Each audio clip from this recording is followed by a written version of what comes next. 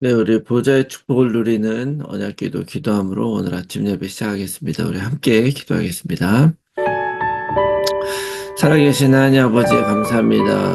이 시간도 그리스도 언약 잡고 복음 누리는 기도하게 하시니 감사합니다. 주는 그리스도시요 살아계신 하나님의 아들이심을 믿습니다. 예수님이 나의 모든 죄를 사하신 나의 참제사장이요 나를 사탄의 손에서 건지신 나의 참된 왕이요 나에게 영원한 생명을 주신 나의 참 선지자이심을 믿습니다. 그리스도는 내 인생 모든 문제의 답이시며 내 삶의 주인이심을 고백합니다. 지금 이 시간 기도하는 나에게 그의 성령으로 충만하게 역사하여 주옵소서. 하나님, 지금 이 시간 성삼위 하나님께서 말씀으로 나의 삶 속에 성령 충만함과 오력을 더하여 주시옵소서.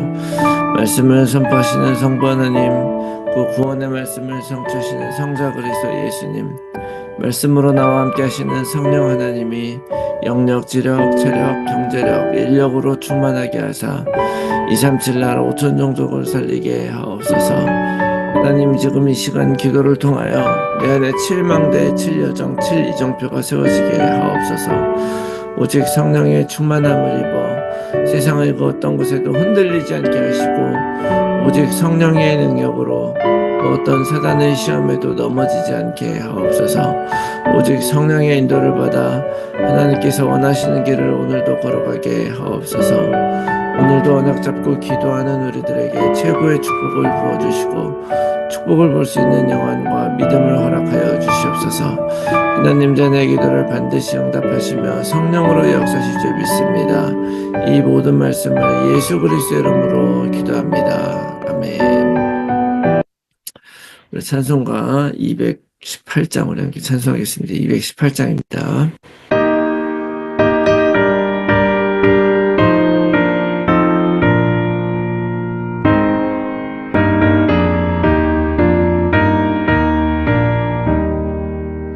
내 맘과 정성을 다하여서 주 너의 하나님을 사랑하라. 내 몸을 아끼고 사랑하듯 형제와 이웃을 사랑하라. 주께서 우리에게 명하시니 그 명령 따라서 살아가리. 널 미워해 치는 원수라도 언제나 너 그렇게 살아가라. 널 핍박하는 자 위에서도 진실한 마음으로 복을 빌라. 주께서 우리에게 명하시니 그 명령 따라서 살아가리.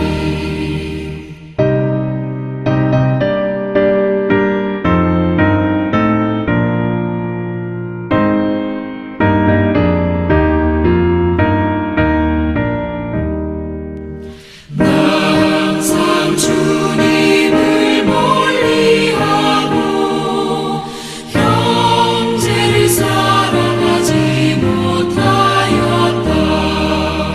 이러한 죄인을 사랑하사 주께서 몸버려 죽으셨다. 속죄 큰 사랑 받은 이모 내 생명 다 바쳐 충성하리.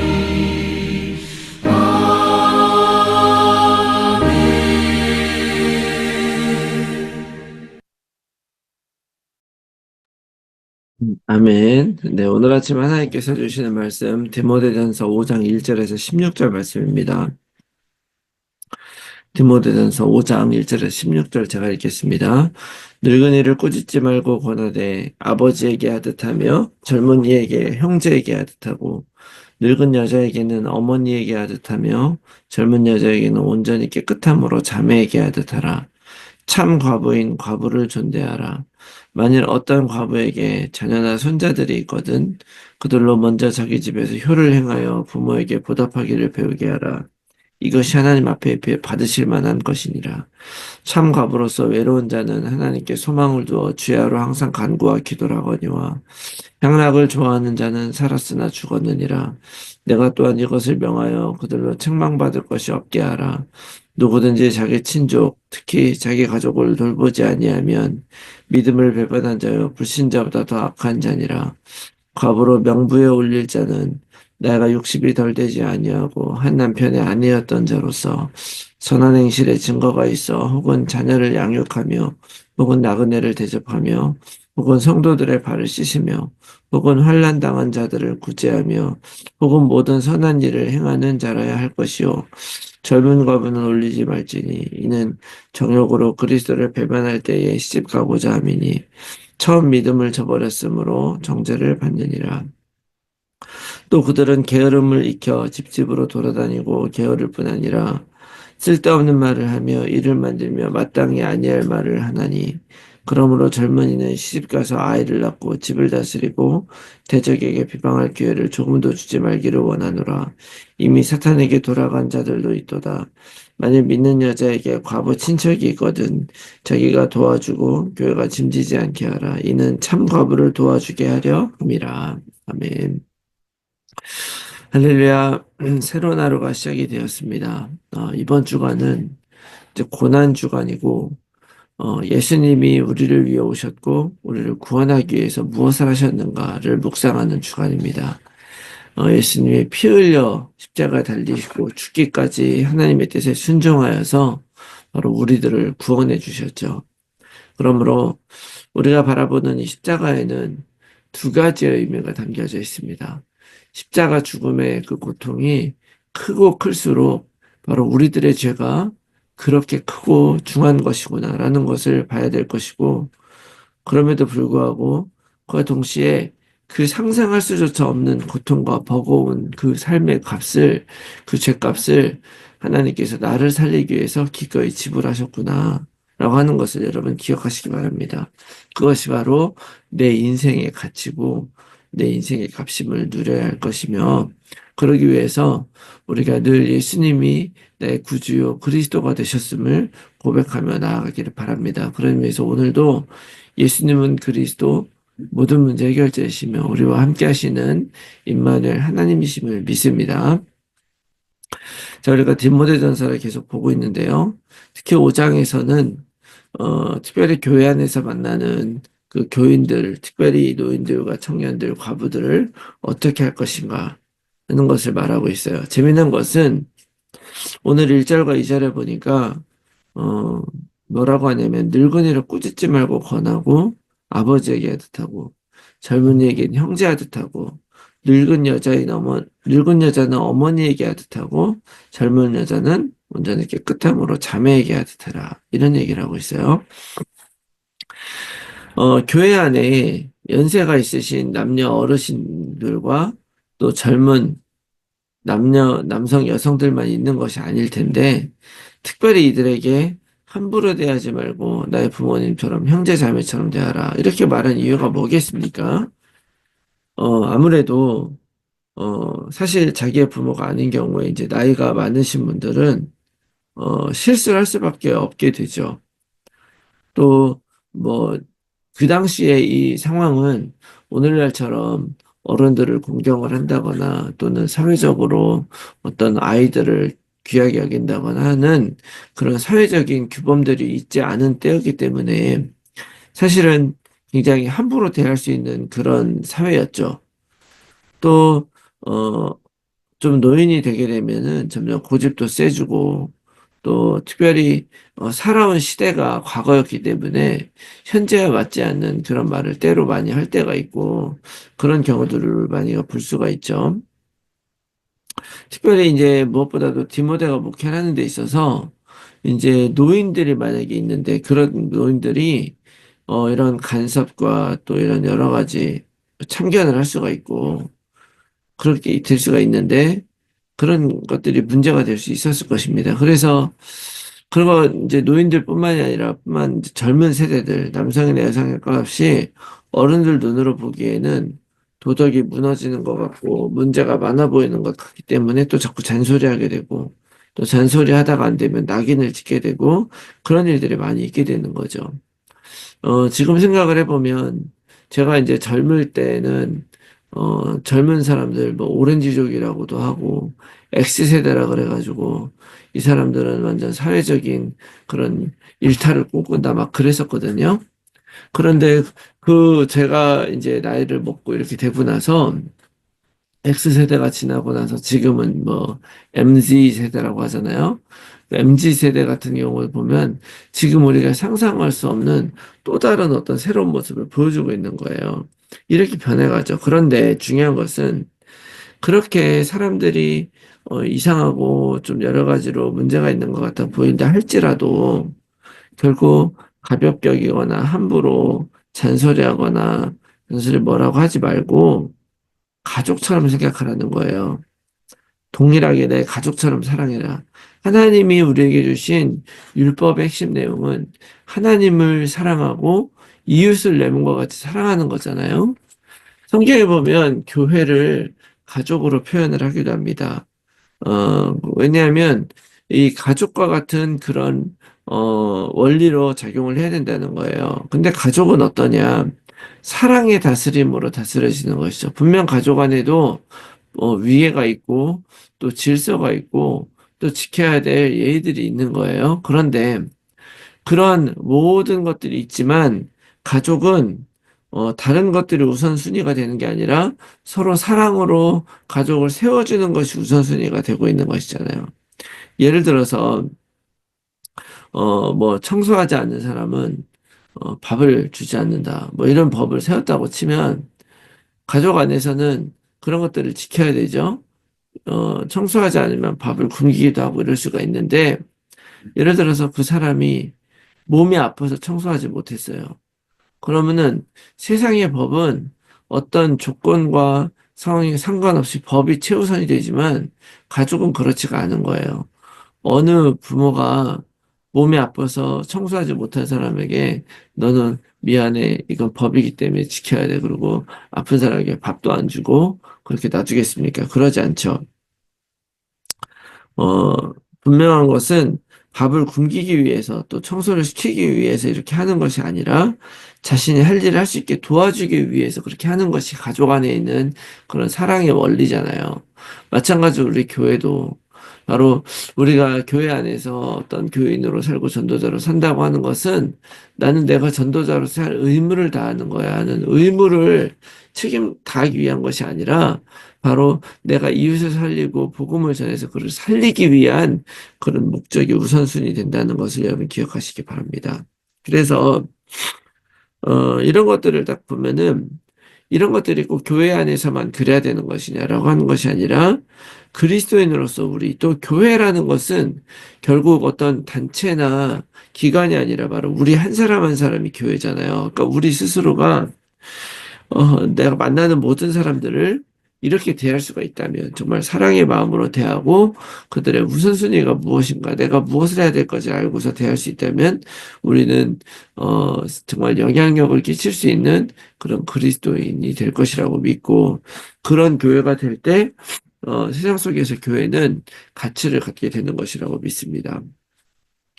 또 이어서 이제 그다음부터 이제 3절부터는요. 과부에 대한 얘기를 해요. 참 과부는 진짜 과부를 얘기하는 거죠.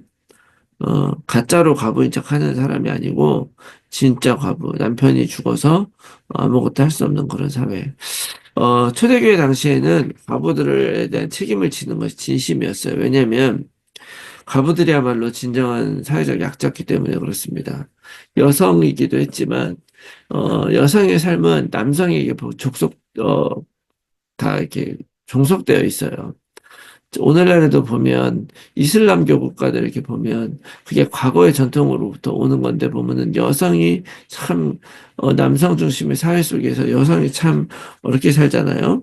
그 중에서도 그런 남자가 있으면 그 남자의 사회적 지위를 통해서 살아가고 있는 것인데, 남편이 죽고 나면 아무도 돌봐줄 사람이 없는 그런 사람이 바로 과부들이죠. 그야말로 인생이 희망이 하나도 없었기 때문이고, 지금처럼 가정이나 사회 구성원들이 안정적인 삶을 유지하는 게 아니라 사건 사고 때문에 많이 죽기도 하고 전쟁 때문에 죽기도 하는 그런 사회였죠. 그러다 보니까 어떤 과부를 돌보고 그들을 살리는 것이 어 교회의 어떤 하나의 중요한 사역 중에 하나였어요. 그래서 사도행전 6장에 보면 초대교회에 이제 7집사가 뽑히는 그 계기 중에 하나가 바로 헬라파 과부들과 유대파 과부들이 서로 챙김을 챙겨주는 데 있어서 서로 차별이 되는 데 대한 그런 문제제기가 일어나고서부터 이런 일들을 전담할 사람을 세우자. 그래서 이제 집사를 세우게 된 거죠.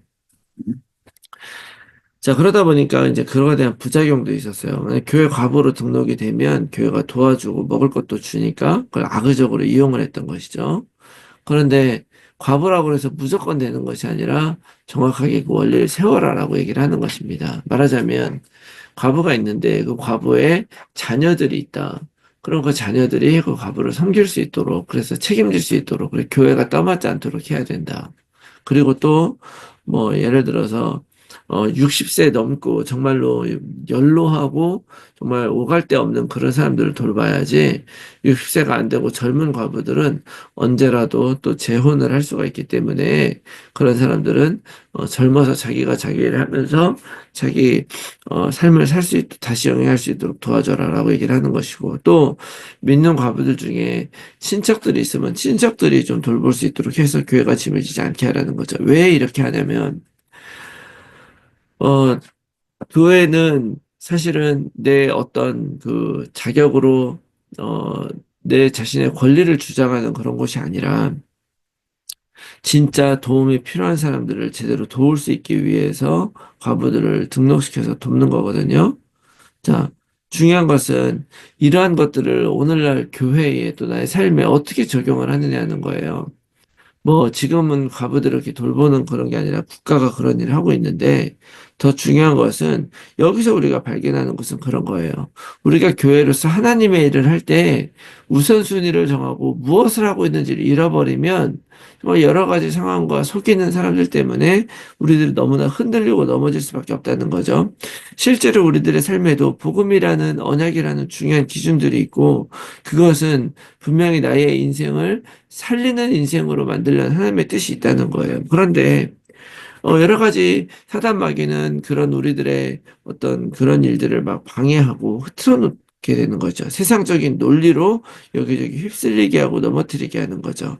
믿음을 흔들기도 하고 또 여러 가지 시험을 주기도 하는 거예요. 그렇지만 그런 어떤 상황이 있다 할지라도 우리는 반드시 내가 하고 있는 일이 무엇인지 알아야 되고 무엇이 우선순위인지를 정확하게 기억하라는 것입니다. 그래서 사단마귀에게 속아 넘어가지 않고 상황과 환경에 속아 넘어가지 않고 무엇보다도 하나님이 나를 통해서 무엇을 하기 원하시는지를 기억을 하면서 오늘도 이 말씀 붙잡고 여러분들 삶의 우선순위를 지키면서 복음과 언약 안에서 내가 무엇을 위해 살아가는지를 놓치지 않고 살아가는 그런 여러분들이 되시기를 예수 그리스도의 이름으로 축원합니다. 아멘. 제 말씀 놓고 우리가 함께 나눌 기도의 제목은요, 나의 삶 속에 중요한 일과 먼저 해야 할 일을 가릴 수 있는 지혜를 허락해 주셔서 늘 나의 하나님의 뜻을 행하는 내 삶이 되게 하옵소서. 나의 주변의 사람들에게 내 삶이 하나님의 증거가 될 수 있도록 남을 존중하며 귀하게 여기고 복음을 전달할 제자의 삶을 살아가게 하옵소서. 내 삶을 통해 하나님의 영광 받으시고 우리 모두가 삶 현장에서 말씀 운동의 결실을 맺는 전도자로 살아가게 하옵소서. 우리의 자녀들의 예수 그리스도를 통해 하나님을 만나게 하시고 미래 세상 살릴 언약을 가진 약속의 후대가 되게 하옵소서. 나의 주변에 그리스도가 필요한 가족, 친지, 지인들에게 복음이 전달되게 하시고 그들을 통해 세계 복음화의 문이 열려지게 하옵소서. 몸이 아픈 분들이 복음 안에서 치유되게 하시고 오히려 문제가 축복임을 전달하는 증인 되게 하옵소서. 오늘도 나의 현장과 상황 속에서 정확한 복음에 집중하면서 하나님이 주실 응답을 기다리며 언약 안에서 걸어가게 하옵소서. 위에서 기도해 주시고 오늘 하루도 승리한 하루가 되시기 바랍니다. 우리 함께 기도하겠습니다.